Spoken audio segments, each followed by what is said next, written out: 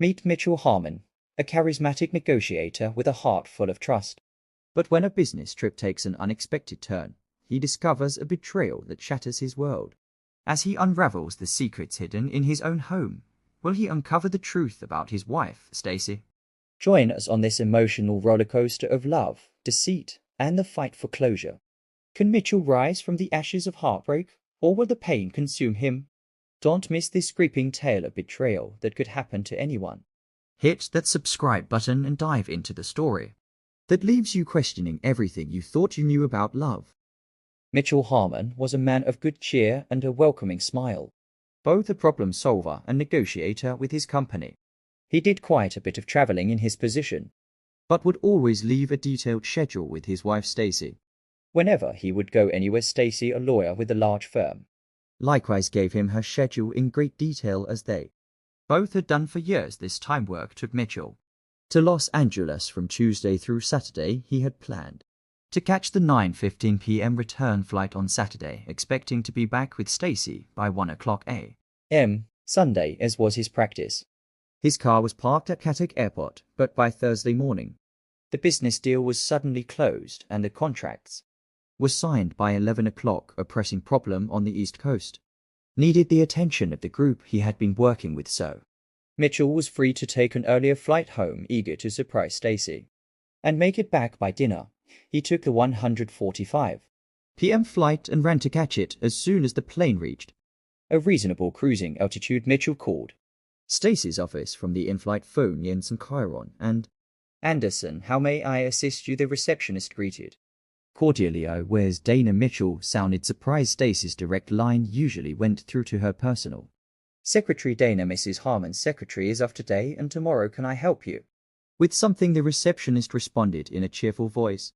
Could I speak with Mrs. Harmon? He asked. She's currently tied up. I'm not certain when she'll be available. Would you like to leave her a message? There was a slight hesitation in the receptionist's voice. Mitchell's instincts, honed by years of reading people, picked up on the subtle shift. No, that's all right. I'll try again later, he replied, ending the call. This short talk stuck in his mind, and by the time he had reached Seattle, he couldn't clear off that uncomfortable feeling.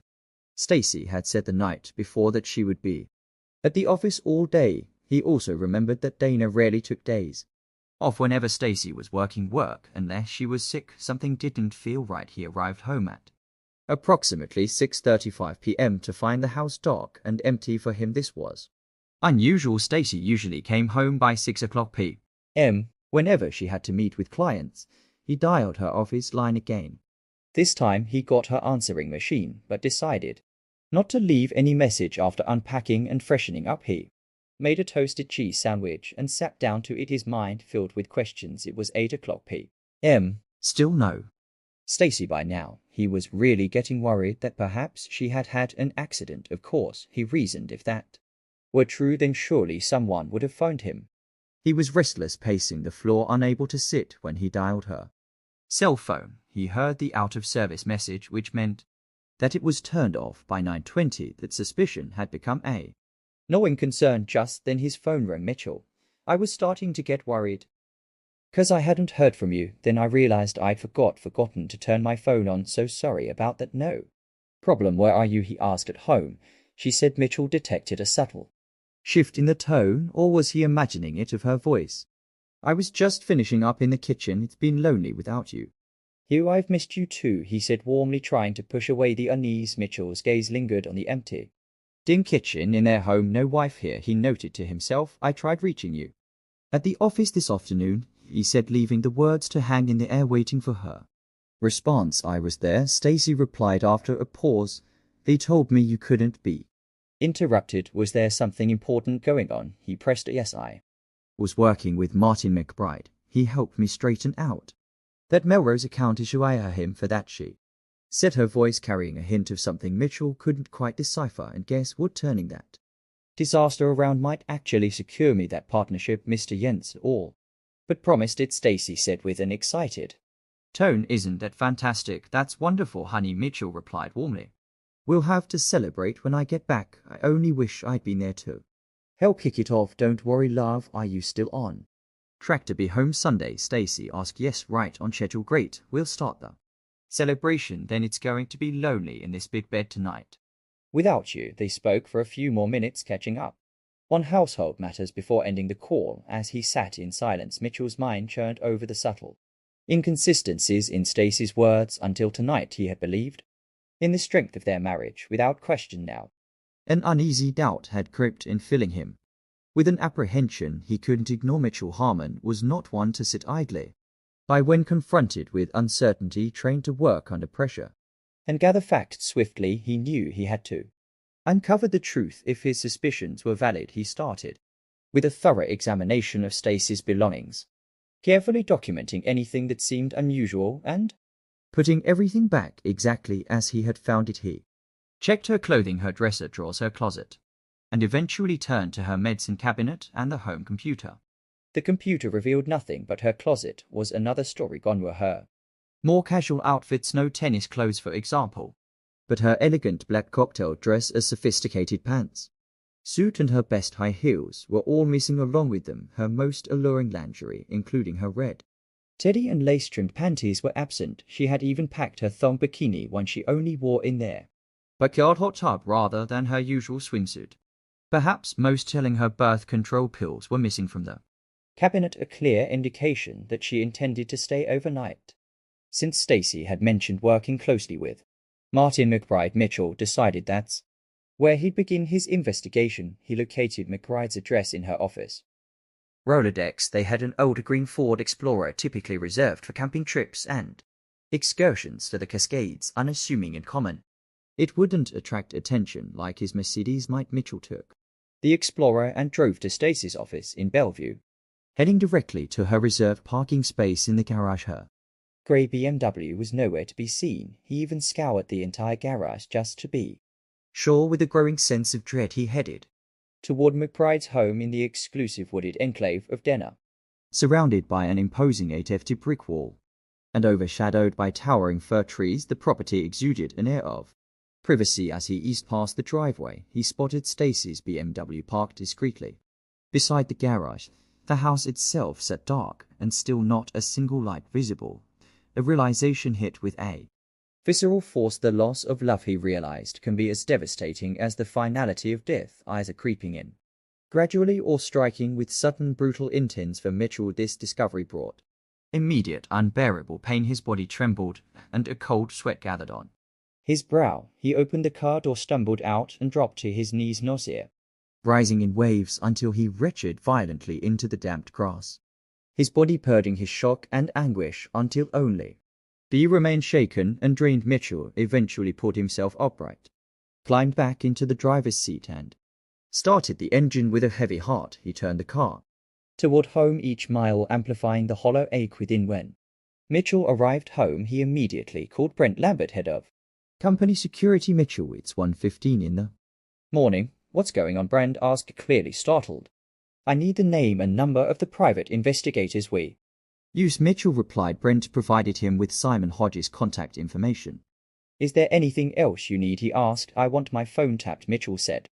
Tell HJJ they can handle that. You sure you don't want to talk? Brent offered. No, but thanks for the help, Mitchell responded, then dialed Simon Hodge to explain his request by 4 a.m. Surveillance was in place around McBride's house. Mitchell was driven by one thought: ending his marriage as swiftly as possible. He felt nothing but cold resolve. Her betrayal severed his feelings like a sharp blade, leaving no room for doubt or reconciliation. He recalled knowing people who had reconciled after affairs and had once considered that a graceful choice. But in this moment, faced with his own betrayal, he couldn't fathom ever letting her back into his life. Compelled by an almost morbid curiosity, Mitchell went down to the basement, where Stacy kept boxes of her old things. He opened containers he'd never touched before, finding her high school and college diaries. Leafing through the pages, he discovered she'd been involved with 8 men before they met, though she'd once told him only 3. It was a reminder of the deception she'd managed before he found mentions of him, words of affection and descriptions of their life together that now only turned his stomach. At 6 a.m. he called Curtis SCIS, his company's general counsel, who was already at the office. Mitchell asked For a recommendation for a divorce attorney, Sophia Underwood, I'll have her. Reach out to you, Curtis replied. Within minutes, Sophia Underwood called him, and they discussed the details of his case. By the end of their conversation, she assured him the divorce papers would be filed before the day's end. With a grim sense of purpose, Mitchell resumed his search through their belongings, but found nothing new. At 9, he went to the bank. He started by purchasing money orders payable to his attorney and investigator, opened a new account solely in his name, and transferred half the funds from their joint accounts. Before leaving, he removed his name from the old accounts. By 10:15, he was back home, and within minutes he had cancelled all their joint credit cards. Thankfully, their brokerage and investment accounts were already separate, so no complex unraveling was required. He contacted his broker to ensure Stacy no longer had authority over his accounts. Since it was clear Stacy wasn't coming home, he called her office. When the receptionist answered instead of Dana, he asked for Mrs. Harmon. I'm sorry, Mrs. Harmon is unavailable, the receptionist replied. Fixing nonchalance, he asked, is there a better time to call? She's out on personal business and won't return until Monday at 9:00 a.m. Would you like to leave a message? No thank you, he replied. Hanging up without leaving a word, Mitchell took the Explorer out of the garage and headed toward Bellevue, stopping at a diner around 11:30. For a late breakfast, which he could barely stomach, he ordered eggs and pancakes, with hotty, avoiding coffee as his nerves were too unsettled. He forced himself through each bite, and after an hour he paid and left. He drove back down the street past McBride's property. Stacy's car was still there, parked in the driveway. Unmoved, he couldn't see the investigator anywhere picking up his cell. Mitchell dialed the private investigator's office and asked for Simon Hodge. I'm by McBride's place, but I don't see your guy anywhere, Mitchell said, keeping his tone steady. Listen, you need to leave right now, Hodge replied sharply. If they see you hanging around, it could ruin the entire investigation.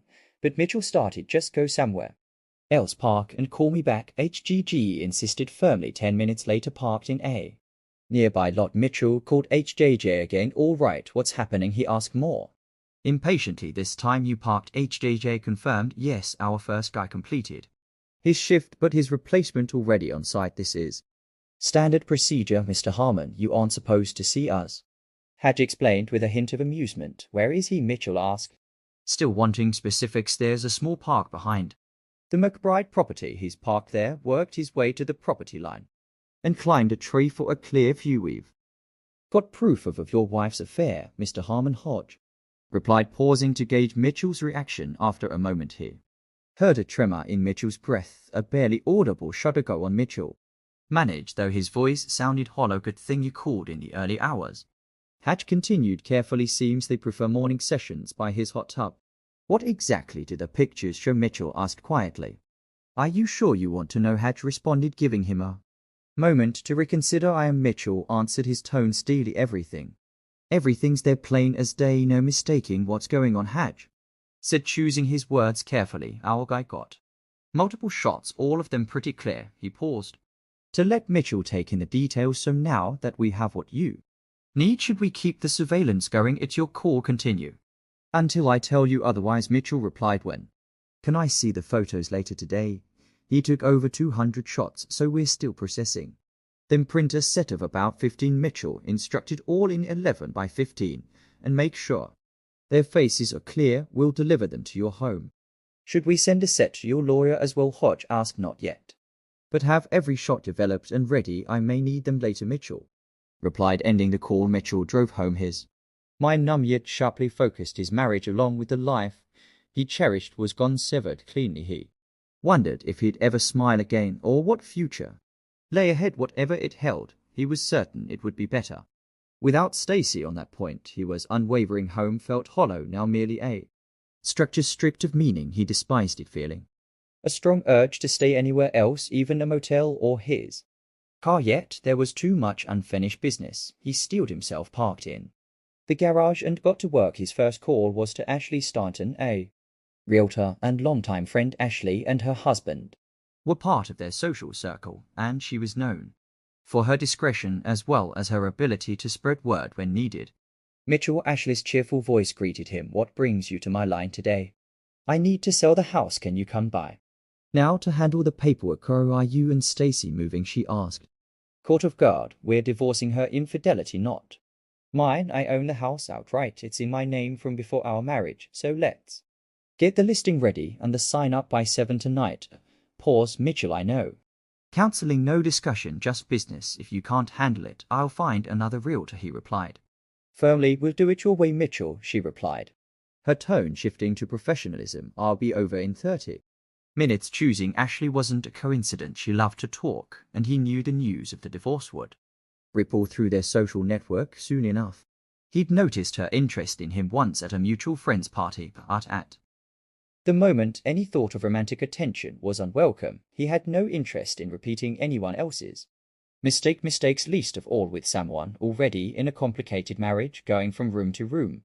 Mitchell took note of what he'd take and what he'd leave, ignoring memories that clung to every corner. His focus was on practical matters as he jotted down details on his legal pad. He was in the basement when the doorbell rang, signaling Ashley's arrival, or so he thought. Opening the door, he instead found a courier from the private investigator's office with a package of photographs. Flipping through them quickly, Mitchell took in the damning images of Stacy and Martin McBride, their affair captured in graphic detail. He placed the photos on the mantel and felt his stomach lurch again.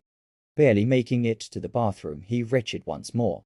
Yet, unlike before, he didn't tremble as much, and the chill in his body was lighter. It was, he supposed, a sign of progress, however slight, and right now he'd take any sign that he was moving forward. Ashley arrived as the picture of professionalism, handling the listing paperwork with efficiency and putting up the for sale sign in the yard without a single question about the divorce. She departed quietly, leaving Mitchell alone with his thoughts. At 5:15, Sophia Underwood, Mitchell's divorce attorney, called with an update. The papers are filed just before the courthouse closed at 5.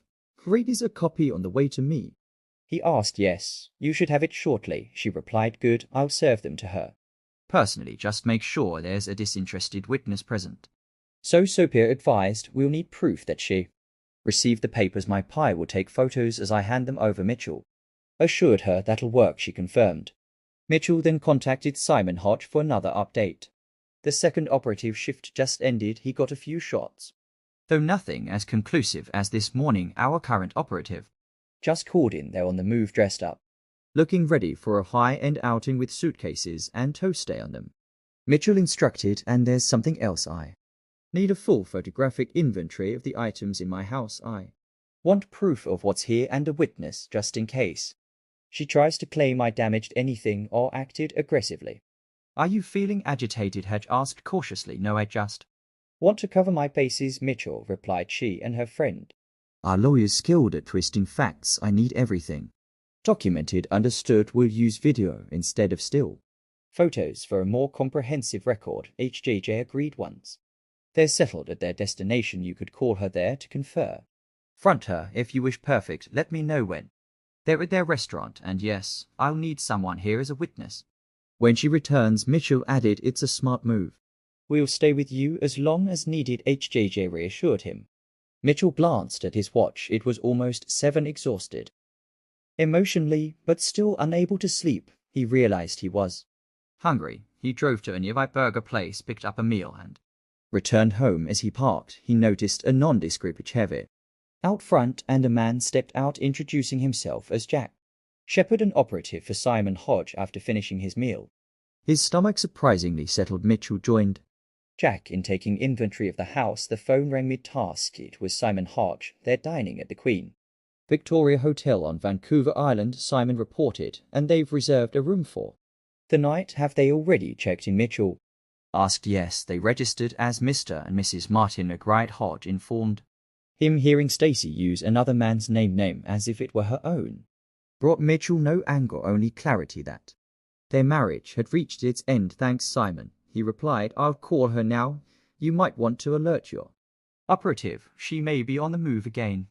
After this, Jack Shepard observed as Mitchell set up recording equipment on his cell phone. Does this look right? Mitchell asked, ensuring he was ready for what lay ahead. Shepard gave the equipment a quick check. It set up perfectly, he confirmed. Mitchell switched on the recorder and dialed Stacy's cell number. She picked up on the third ring. Mitchell, she answered, her tone more irritated than pleased. What's going on? Is everything okay? It's been a long, exhausting day, he replied calmly. How about yours? Busy but productive, gotta. Lot cleared off my desk, Stacy responded. Where are you right now? He asked, catching the ambient sounds of a restaurant in the background. In our bedroom at home. Where else would I be? She answered sharply. Maybe guilt was nudging her tone. Mitchell, thought I figured you'd be at the house, he replied casually. Listen, you know my grandfather's old watch. One of the guys here is a collector, and he thinks it might be valuable. He needs the serial number of the back to confirm it. Could you check it for me? Mitchell glanced at his watch, counting the seconds it took. 9 before she replied. Honey, you're not serious about selling that watch, are you? It was a family heirloom left to you by your grandfather. You once said you wanted to pass it on someday. I'm not selling it, Mitchell replied, just curious about its worth. So where are you? Again, in our bedroom, Stacy answered, a tremor slipping into her voice. On the bed. Yes, the word was barely a whisper, catching in her throat. All right, look to your left. You see the dresser? Mitchell prompted. Mitchell, this is ridiculous, she said, sounding flustered. Why? He pressed. After another pause, this one lasting 7 seconds, she replied, it just is. Humor me. Do you see the dresser? Yes, she whispered. The watch is in the bottom left drawer in a small wooden case, he said, pausing, as if giving her time to pretend to search. Do you see it? No, Stacy replied faintly. Well, I'm at home in our bedroom, looking in that bottom drawer, and I see it. What I don't see is you. Before Stacy could respond, Mitchell ended the call, switched off his cell, and took the house phone off of the hook. Will you hold on to the recording? He asked Shepard. That's the best way, Shepard replied, so I can verify its authenticity later. How far is Vancouver Island from here? Mitchell asked. At this hour, about an hour's drive. Then I've got about 50 minutes to finish what I need to. Mitchell calculated. Do you have any firearms in the house? Shepard asked. Who? Mitchell replied. I'm licensed for both. Let me keep them for now, Shepard suggested. Good idea. Mitchell retrieved both pistols in their cases, and Shepard ensured they were unloaded before securing them in his vehicle. When Shepard returned, he glanced at Mitchell. First divorce? Yes, you're handling it well, Shepard noted with respect. Thanks, Mitchell replied, feeling the weight of everything but maintaining his composure. Jack Shepard regarded Mitchell with a weathered face, his eyes calm yet tinged with sadness. The toughest part is still ahead, he said. I don't know if you want to dive right into dating again or take some time. Everyone handles this differently. Either way, finding women won't be the issue. The challenge will be trust. If you meet someone you think could be the one, can you really trust her? Will your pulse race if she's a few minutes late? Will every little thing make you wonder if she's lying? If she slips up once, will you see a mountain of lies behind it? Will doubts creep in every time she's out of sight? A strong marriage has to be built on trust, and if trust isn't even important to you, that's a sign she's not someone you should marry. I can handle it, Mitchell replied, though a flicker of doubt crossed his mind. I hope so, Shepard nodded. Some can't you sound like you're speaking from experience? Mitchell noted. I am. I've been a private detective in divorce cases for nearly 3 decades. I've seen a lot of heartbreak. Have you ever been married 4 times? Shepard admitted with a small ironic smile. And divorced 3. My first wife was also my 4th. She cheated, so I left her, but years later. So your advice about trust comes from here, Shepard said, tapping his chest. And from here too. He placed a hand on his stomach. Not just here, he added, tapping his head. That's what makes it so hard to trust again, especially for someone like you who's used to living by logic. The house lay dark and locked, its exterior lights casting a glow over the front yard and driveway. Jack Shepard leaned against his car video camera, ready for what was coming. Mitchell's Mercedes was parked at the curb, loaded with clothes and essentials for the next few days, unblocked in case he needed to leave quickly. His reservation at the Holiday Inn was secured as Mitchell took one last look around his property. The sharp squeal of tires announced the arrival of Martin McBride's Lexus tearing into the driveway. The moment it halted, Stacy sprang out. She was already filming, slowly moving closer to capture the scene from the shadows. Mitchell watched Saint Stacy, clad in a slinky black cocktail dress, pulled from her closet.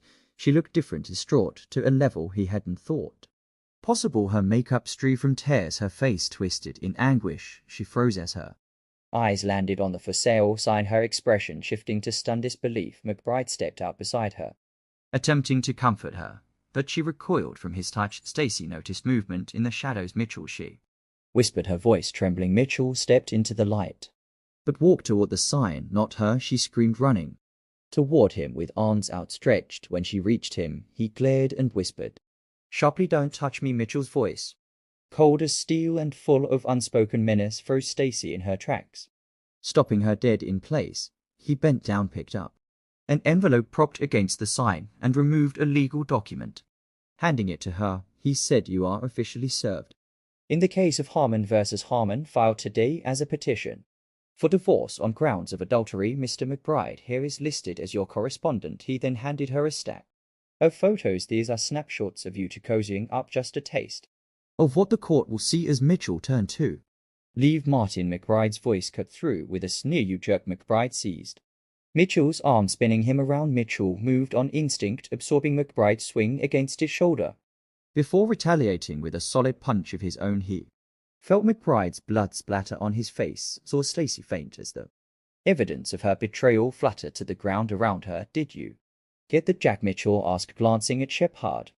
"Every last bit. Now go. I'll handle things here." Mitchell took one last look at McBride, lying battered on the ground, and at Stacy, sprawled unconscious next to the for sale sign scattered with incriminating photos. With that, he headed to the Holiday Inn. After checking in, he went to his room and filled the ice bucket, then poured himself a large bourbon in the crystal highball glass he'd brought from home. He could stand the flimsy plastic ones kicking off his shoes. He stretched out, placed his bruised hand in the ice bucket, and took a slow sip of his drink, letting the whiskey work its way through his frayed nerves. 20 minutes later, a knock at the door disturbed his quiet. He ignored it at first. "Mitchell, it's Jack Shepherd," came the voice from outside, getting up from that chair was probably the hardest thing he'd done all day, but he managed to drag himself to the door. Shepherd stood there with a man around his age. "This is Sergeant Chambers, Seattle PD." Shepherd introduced. Mitchell gestured them in, then dropped back into his chair. Shepherd examined his hand, pressing and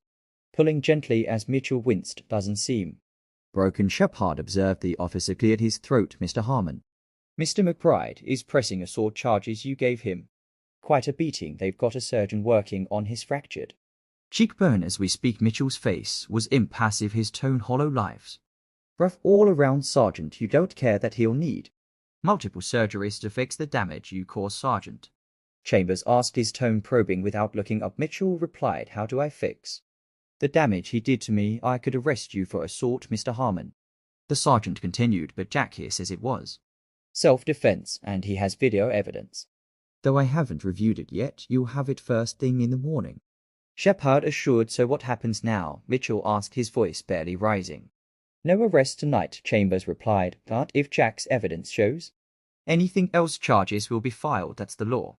"It's a foolish law," Mitchell said, his tone dull and unchanging. The sergeant studied him carefully, sensing the depth of Mitchell's despair. After a pause, he added, "You know, you're likely facing a civil suit." "Not a chance," Mitchell said. "A lawsuit means exposing facts to the light of day, and those two lawyers will bury this as fast as they can. Count on it." The sergeant waited, letting the silence settle before asking, "Don't you want to ask about your wife?" "I don't have a wife," Mitchell answered without flinching. The sergeant started to clarify. "Your wife." Mitchell slammed his feet to the floor, his body tensing. "Are you listening? I do not have a wife." Chambers stood up slowly. "Don't leave the county without letting me know, and Mr. Harmon, don't do anything you'll regret." Mitchell nodded, his face stony. Shepherd turned to him, asking quietly, "Want me to stay?" Mitchell shook his head. "I'll be outside in my car. If you need anything, I'm here until midnight. Then another officer will take over. Take care, Mitchell." "Thanks, Jack, for everything." Left alone, Mitchell felt the weight of it all sink in. The papers were filed. His confrontation with Stacy was behind him. His life with her was over, swept away like dust on the wind. Too exhausted to undress, he drained the last of his drink, crawled into bed, and pulled the covers around him. His strength finally gave way to a deep ache, and tears came unbidden, flooding over him until he could cry no more. He lay there, hollow but unbroken. He knew he would get up the next day and keep moving. The weekend would be painful, but by Monday he'd return to work, bury himself in the routine, and rebuild. Each day would chip away at the sorrow until eventually he would feel whole again. Someone new would come along. He knew this. His mind knew all of that, but in his heart and gut there was a raw, empty void, an ache like He'd been gutted and left exposed to the elements. He wondered if he would ever truly heal, if trust would ever feel safe.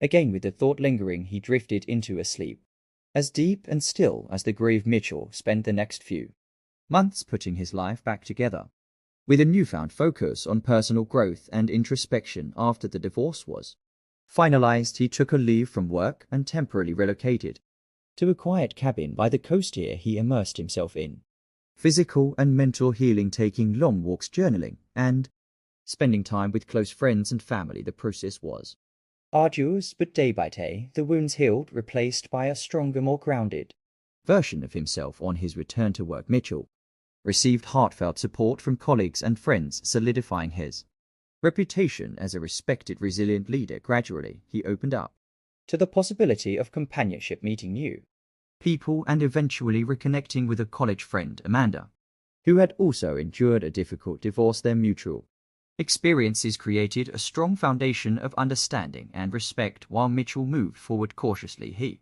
felt a spark of hope, realizing he could eventually trust and love again. The fallout from Stacey's choices left her with few places to turn when news of her affair with Martin Bride leaked through social circles, and even her firm, Stacey's partnership ambitions, crumbled. Her credibility was irreparably damaged, and colleagues wary of association grew distant. Despite being a capable lawyer, her judgment came under question, prompting the firm to delay her promotion indefinitely. At the same time, her friends turned away, viewing her actions as unforgivable. Isolated and professionally stagnant, Stacey was forced to confront the extent of her mistakes. Realizing what she'd lost, Stacey attempted reconciliation, reaching out to Mitchell and apologizing for her actions.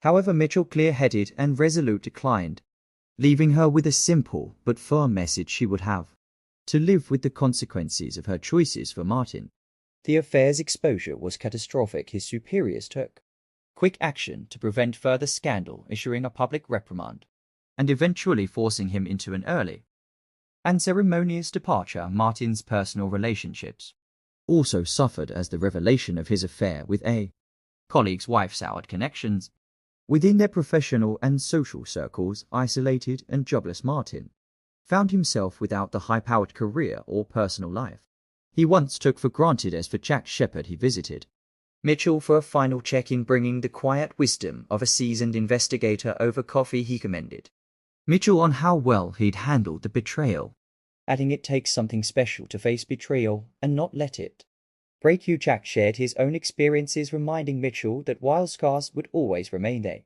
didn't have to define him or his future. With a deep sense of gratitude and closure, Mitchell thanked him, and Jack's parting advice was simple and clear: stay open to life, Mitch. There's always something worth reaching for. Thank you for watching. If you enjoyed this story, don't forget to like, comment, and hit that subscribe button for more video.